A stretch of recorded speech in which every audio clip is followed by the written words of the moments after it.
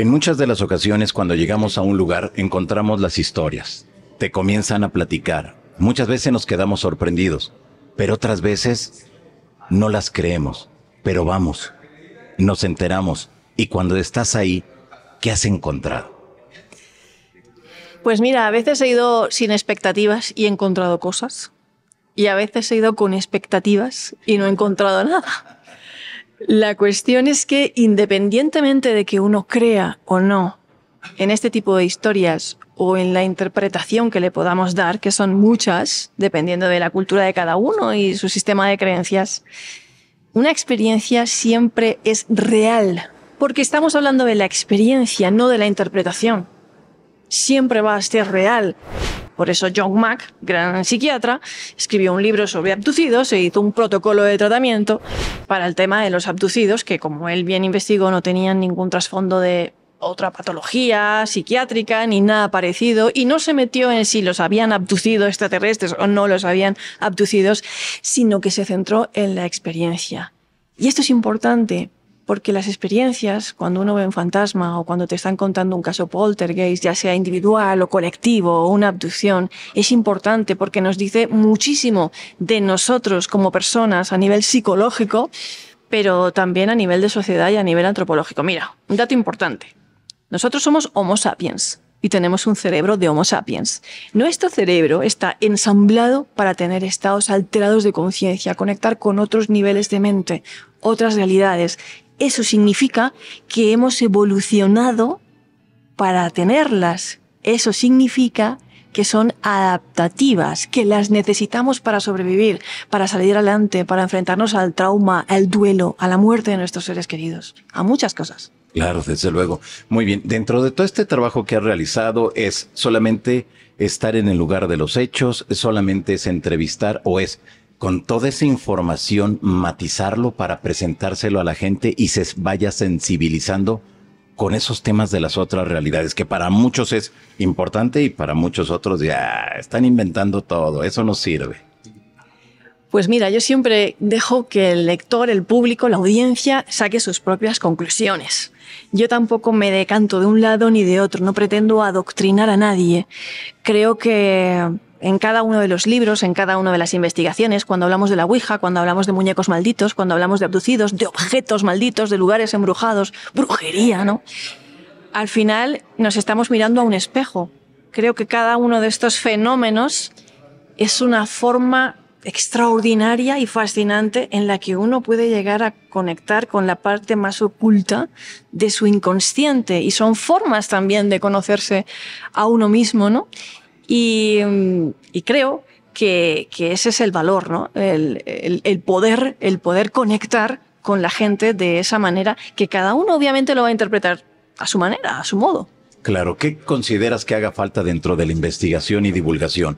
¿Más apoyo de las editoriales, más apoyo de las estaciones de radio, de los canales de televisión, o más apoyo de las redes sociales ahora que está tanto de moda este asunto? Pues mira, yo creo que hace falta un poquito de todo y de nada, porque creo que ahora mismo el misterio es tendencia, que sí que es verdad que en podcasts, que en editoriales, que hay un interés de la gente. Tal vez lo único que yo echo de menos o que apostaría un poco más es un poquito más de como decía un cura, un exorcista que yo entrevisté hace años a la iglesia, hay que entrar con el sombrero puesto, quería decir, con un poquito de cabeza, ¿no? Con menos fanatismo, más abertura de mente, un poquito más de apertura de mente, porque tan fanático es el escéptico que niega por negar como el crédulo que cree por creer y tampoco, ¿sabes? Creo que un poquito de balanza y de sentido común, pero por lo demás yo creo que el mundo del misterio está viviendo un momento muy dulce y creo que tiene que respetarse, porque el misterio al final, por ejemplo, el periodismo del misterio es un enfoque, solamente es un enfoque de ver las cosas y de abordar las cosas, sobre todo centrada en lo que llamaríamos fenómenos fronterizos o noticias anecdóticas, ¿no? Desde el siglo XIX, que diríamos que nació el mundo del periodismo del misterio, y la antropología en concreto se fija mucho en la antropología de las religiones y los sistemas de creencias. Y eso es una información muy valiosa, que hay gente que se ríe de las historias de fantasmas, claro, Pero es que detrás de una historia de fantasmas siempre hay otra historia. Exacto. Siempre hay otra historia. ¿Cuál ha sido el caso que más te ha llamado la atención de lo que has investigado acá en Colombia? Pues mira, la verdad es que aquí en Colombia hay temas que me han desgarrado por dentro, que me han fascinado, que me han producido todo tipo de sensaciones, ¿no? Porque el misterio es tan variado, desde los rezados, los soldados sobrenaturales, el conflicto bélico, la brujería, la creencia en brujería tan presente, es un hecho social en Colombia, las historias de fantasmas, lugares encantados. Diría que mi fenómeno estrella o favorito siguen siendo las experiencias cercanas a la muerte, también, Okay, sí. las recopiladas aquí en Colombia, pero en general lo que más me fascina y me encanta es que en Europa estaríamos diciendo, y sí, yo me encontré un duende, y diría, ¿cómo que? Seguro, pero no, te habías fumado algo y tal, no sé qué. Y aquí la conversación es, y vi un duende, ah, sí, yo también. ¿No? Entonces, pero es cuestión cultural, ¿no? claro, es una cuestión No sé, cultural. yo lo veo con Lourdes, que tú sabes que, bueno, también es de España. Sí. Y yo le decía, bueno, antes de que se fuera a vivir a México, me decía, es que cómo es posible que en Latinoamérica haya tantos avistamientos de ovnis todos los días, en todo momento, y haya fotos, videos. Dice, cuando en España ya ni nos interesa darle seguimiento a eso. Yo le decía, pues qué raro, porque si no hay casuística, ¿cómo puedes llegar a conclusiones si no tienes los elementos para estudiarlo, no? Y cuando llega a México y comienza a darse cuenta de los avistamientos, de las luces, de los objetos ahí extraños, quedó sorprendida. ¿Pero por qué? Pues porque para nosotros es algo normal, natural verlos, que quién sabe qué sea, pues sí, eso no sabemos, no sabemos Claro. ni de qué planeta ni quién venga allá adentro, pero de que los objetos y esas luces misteriosas están ahí, están. No hay vuelta de hoja. Y me imagino que pasó lo mismo contigo entonces, con otros temas, ¿no? Pues como te digo, lo que más me ha fascinado han sido las historias de brujería. Pero ¿por qué la brujería? Porque mira, porque en Europa, te voy a decir por A qué. ver, Porque sí. en Europa la brujería es algo del pasado. Es algo del pasado por la que murieron 1000 mujeres quemadas en la hoguera. Exacto. Y la creencia en brujería o la superstición en brujería tuvo graves consecuencias y estigmatizó a un colectivo social, eminentemente el de las mujeres. Y es una lección como que causó demasiado daño esa persecución inquisitorial y nadie quiere oír hablar de brujas y nadie quiere estigmatizar a nadie llamándola bruja porque, ¿no? Por el daño, por el estigma, por lo que puede llegar a pasar. Pero aquí no. Aquí la historia ha sido distinta, el contexto ha sido distinto, no lo han vivido de la misma manera. No murió nadie quemado en la hoguera o sea, no Claro, hubo claro. esa brutalidad en los juicios de Cartagena de Indias, ¿no? Hubo otras cosas, otras amonestaciones, pero no esa historia y se percibe de forma totalmente diferente. Y además aquí se mezcla con el sincretismo de los esclavos, de las creencias que también traen los africanos, ¿no? Y crea una amalgama y un sistema de creencias sincrético que no tiene nada que ver y se percibe en otro contexto, ¿no? ¿Que puede llegar a tener consecuencias graves? Sí, por supuesto. O sea, en el año 2012 en Santa Bárbara, Antioquia, quemaron a una mujer por bruja, en pleno siglo XXI. O sea que nos fascina eso porque no es algo cotidiano con lo que los españoles, por ejemplo, vivamos y aquí sí se vive.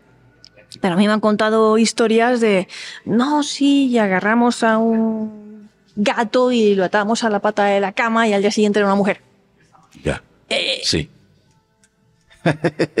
Y te lo cuentan así y tú dices, ¿de verdad? O sea, sí, no, sí, y mi padre estaba también. Sí, no, ya lo vi. Pero lo ven como algo ya normal. Normal, totalmente normal. O sea, es algo normalizado y la práctica es algo cotidiano en muchos sectores de la sociedad. No digo que todos los colombianos lo practiquen y que todos los colombianos crean en eso, pero hay un entramado muy, muy, muy, muy, muy enquistado en el sistema de creencias de Colombia que tiene que ver con si me han echado brujería o no me la han echado, o qué puedo hacer, o la casa huele raro, tengo una mala racha, seguro que me han echado algo, ¿no? Es llamativo. Ya. Es llamativo. Muy bien. Pero, a ver, mencionas entonces esto que te llama la atención por ese estigma que hubo durante mucho tiempo y que, bueno, a la fecha sigue habiendo allá en Europa. Sí. la quema de las brujas. Sí. Entonces, es ahí donde te llamó la atención a ti todo este proceso. No, lo que quiero decir es que en Europa esto es algo del pasado, la brujería o el concepto de bruja. No existe el concepto de bruja.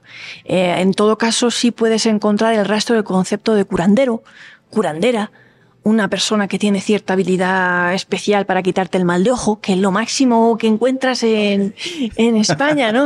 Pero el concepto de bruja, brujo, esa palabra es muy fuerte y a nosotros nos da reminiscencia medieval, de la edad moderna, nos recuerda a las quemas de hoguera, pero aquí es un concepto cotidiano, es un concepto actual, vigente, que tiene otro contexto totalmente diferente, que tiene más que ver con otros sistemas de creencias arraigados, ¿no? Y es un concepto fresco, llamativo, y que está muy presente, o sea, es una creencia real. Claro, desde luego. Es la vida cotidiana. Sí. Es un estilo de vida, realmente, no es una moda. No, a mí me han contado historias de brujas de todo tipo en Colombia, de las que se convertían en pájaro en el tejado, las que le hacían trenzas a los caballos y al día siguiente amanecían con las crines trenzadas, o sea, me las ha contado hasta mi suegro, o sea, es que es claro. Un bendito, yo no puedo pensar que mi suegro me haya mentido, o sea, haya inventado una historia de brujas, o sea, ¿cuál es la interpretación que cualquier otra persona le daría? No sé, pero aquí en Colombia se las llama brujas. Claro. En ese proceso, en esa investigación, en ese recoger los testimonios, ¿te ha pasado algo directamente con esa información, con esas brujas, con esas energías, con eso que ellas manejen? No. Nunca he tenido miedo a las brujas, ni he tenido ninguna historia relacionada con la brujería, ni con maldades, ni con esas energías, ni cosas así, tal vez porque yo pienso que no existe el mal que te puede hacer otra persona, que no. Pero alguna que otra vez, en esos viajes de ir detrás de lo misterioso y de lo insólito, sí que me ha llegado a pasar algo en momentos en los que no me lo esperaba. Por ejemplo, yo recuerdo una vez con un amigo mío de mi pueblo que fuimos a un colegio abandonado de disminuidos psíquicos, perdido en mitad de la sierra. Enorme, un lugar enorme que tenía teatro, anfiteatro, sala de calderas. Allí los niños se quedaban internos, habitaciones, era como un hotel, ¿no? Aún quedaban como las letras colgadas de décadas anteriores. Y habíamos ido 1000 veces. Y habíamos ido tantas veces que era como una excursión para nosotros. Nos llevábamos la lonchera, como decís vosotros, el bocata, las patatas bravas, la Coca-Cola. Y nada, estábamos allí. Y recuerdo que él llevaba un equipo de grabación, lo típico, a veces se graba una psicofonía o no se graba, no sé qué, para hacer un reportaje. Y en un momento de la noche vimos una sombra más negra que la noche, más densa que la oscuridad.